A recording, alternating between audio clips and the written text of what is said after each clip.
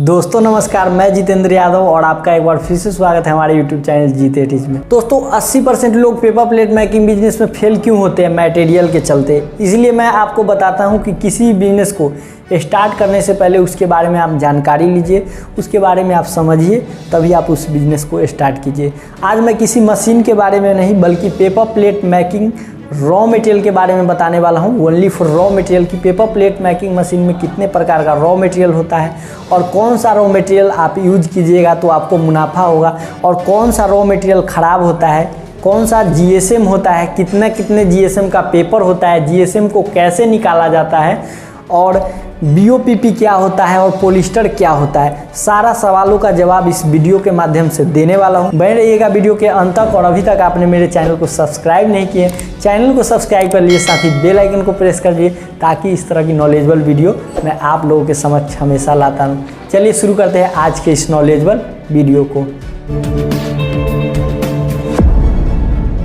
Paper plate के GSM के बारे में बताने से पहले मैं आपको बताऊंगा कि पेपर प्लेट मेकिंग मशीन का जो रॉ मटेरियल होता है वो तैयार कैसे होता है, क्योंकि जब तक आप पूरा डिटेल से नहीं समझिएगा आपको मुझे लगता है कि नहीं समझ में आएगा जो नए लोग हैं। क्योंकि कोई भी चीज़ को, किसी बिजनेस को स्टार्ट करने से पहले उसके बारे में समझना पड़ता है। और अगर आप स्टार्टअप कर रहे हैं तो उसका जो मेन पार्ट है, मुझे लगता है कि पेपर प्लेट मेकिंग मशीन का मेन पार्ट जो है उसका रॉ मटेरियल ही है। तो रॉ मटेरियल को समझना जो है अति आवश्यक है। तो रॉ मटेरियल की बात की जाए तो वो क्राफ्ट पेपर जो आता है, जो इस प्रकार का बड़ा बड़ा क्राफ्ट पेपर होता है, इसी के ऊपर बीओपीपी फिल्म जो इस प्रकार का आता है या पॉलिस्टर को जो है चिपका करके लेमिनेशन पे उसे चिपकाया जाता है। उसके बाद लेमिनेशन के कटर से साइज बाय साइज कटिंग किया जाता है। जैसे कि 4 इंच से लेके 16 इंच तक डाई होता है, तो अलग अलग डाई के लिए अलग अलग रोल। जैसे 4 इंच के डाई के लिए 4 इंच का रोल, 6 इंच के डाई के लिए 6 इंच का रोल, 8 इंच के डाई के लिए 8 इंच का रोल। थाली वाला जो 13 इंच और 14 इंच का रोल आता है उसके लिए 13 इंच और 14 इंच का रोल जो है पेपर लेमिनेशन के द्वारा क्राफ्ट पेपर, फिल्म और गम को चिपका कर बनाया जाता है। अब देखिए, इसमें आप लोग सुने होंगे कि रॉ मटेरियल का रेट कहीं ज़्यादा बताया जाता है, कहीं कम बताया जाता है। तो इसका मेनली कारण क्या है कि सबसे पहले हम जीएसएम के बारे में समझाएंगे आपको कि जीएसएम क्या होता है। तो जीएसएम के मतलब थिकनेस हो गया। सीधी सी बात समझिए कि जीएसएम के मतलब थिकनेस हो गया। और GSM paper plate raw material में कितने आता है, तो ये आता है 75 जीएसएम, 80 जीएसएम, 100 जीएसएम, 120 जीएसएम और 140 जीएसएम। ये जो है मेनली आइटम सबसे ज़्यादा पेपर प्लेट मेकिंग बिजनेस में चलने वाला आइटम है। अब इसमें दो तरीके का जो बीओपीपी फिल्म होता है जो कि उस लेमिनेशन मशीन पे चिपकाया जाता है। जो ओरिजिनल बीओपीपी फिल्म होता है ये सबसे महंगा आता है।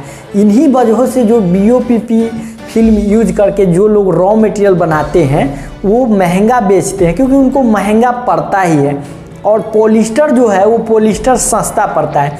अप्रॉक्स में मान लीजिए कि अगर बीओपीपी 350 रुपये केजी है, उस जगह पॉलिस्टर आपको मात्र 150 रुपये केजी ही मिल जाता है। तो सीधी सी बात है। अब इसमें दिक्कत क्या है, बीओपीपी और पॉलिस्टर में फ़र्क क्या है? तो देखिए, बीओपीपी जो होता है वो 8 माइक्रोन का होता है। 8 माइक्रोन के होने के बाद जो होता है, ये जब पेपर पे चढ़ाते हैं आप तो उसमें क्या होता है कि गम का मात्रा इसमें कम लगता है चिपकाने में।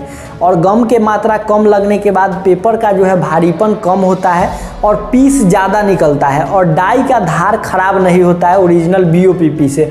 और पॉलिस्टर रोल जो कम में मिल जाता है, जैसे दिल्ली में बताया जाता है, बहुत सारे जगहों पे बताया जाता है, मैं नाम तो नहीं ले पाऊँगा लेकिन मैं बहुत सारे जगहों का बताता हूँ कि पॉलिस्टर उनको 150 रुपये केजी मिल जाता है, तो रोल भी कम पूंजी में तैयार हो जाता है। और रोल कम तैयार हो, जो बेच रहे हैं उनको तो काफ़ी फायदा है, लेकिन जो खरीद रहे हैं उनको क्या होता है, वो तो शुरुआती दर में बिजनेस को स्टार्ट करते हैं तो सोचते हैं कि रॉ मटेरियल हमको सस्ता मिल रहा है, लेकिन उसमें कारण क्या हो जाता है कि पेपर में भारीपन आ जाता है। तो पेपर जहाँ 100 पीस निकलना चाहिए वहाँ 80 पीस निकलता है। तो फर्स्ट घाटा तो आपका यहाँ हो गया। उसके बाद डाई का धार जल्दी खराब हो जाएगा और पेपर में गंध आ जाएगा और वगैरह वगैरह बहुत सारा जो है प्रॉब्लमों का सामना करना पड़ता है पॉलिस्टर यूज करने के लिए। तो जाहिर सी बात है आप पॉलिस्टर और बीओपीपी के बारे में समझ गए होंगे। अब इसमें माइक्रोन क्या क्या आता है, तो बीओपीपी जो आता है वो 4 माइक्रोम का आता है और 8 माइक्रोम का आता है। लेकिन सामान्यतः जो पेपर प्लेट में यूज होता है वो 4 माइक्रोम का यूज नहीं होता है, लोग 8 माइक्रोम का यूज करते हैं। और अगर आप भी लेमिनेशन मशीन को लगाए हुए हैं, अगर लगाना चाहते हैं तो आप 8 माइक्रोम का ही यूज कीजिए।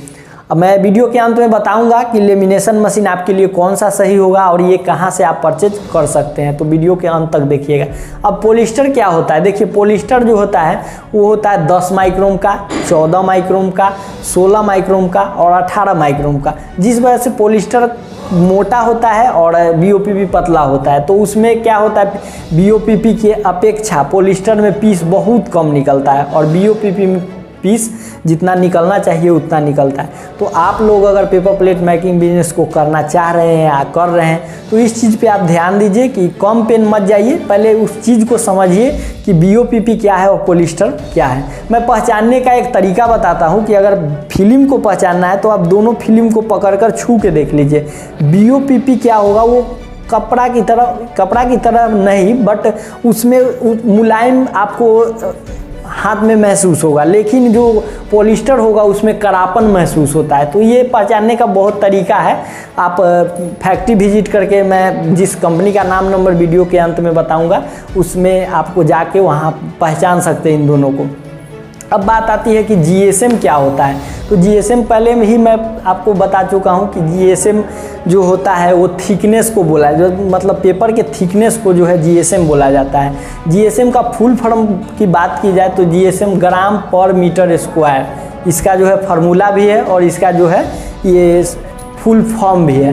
अब GSM को कैसे निकाला जाता है, इसका क्या फार्मूला है, अगर आप भी चाहते हैं कि GSM निकालना चाहते हैं या आप इसको फार्मूला को समझना चाहते हैं तो इसके ऊपर भी मैं एक वीडियो बना चुका हूं, जो कि वीडियो के अंत में आप स्क्रीन पे क्लिक करके देख सकते हैं, अथवा वीडियो के डिस्क्रिप्शन में जो है मैं इसका लिंक दे दिया हूँ कि GSM के बारे में आप कैसे समझ सकते हैं, कैसे उसको निकाल सकते हैं। तो वो वीडियो आप देख करके जो है समझ सकते हैं। वीडियो के डिस्क्रिप्शन में भी दिया हुआ है, वीडियो को अंत में भी दिया। पेपर प्लेट रॉ मटेरियल आती कितने प्रकार के हैं, तो ये केला पत्ता में भी आ जाएगी, साल पत्ता में, सिल्वर में, गुलाब फुल डिज़ाइन में और बहुत सारा वेरिएंट डिज़ाइन में जो है इसका फिल्म और पेपर आता है। तो जो है हर तरीके का जैसा आपको ऑर्डर आए वो मिल जाएगा, सिर्फ कलर चेंज होता है। बाकी बात जो पॉलिस्टर और BOPP होता है ये सेम ही होता है।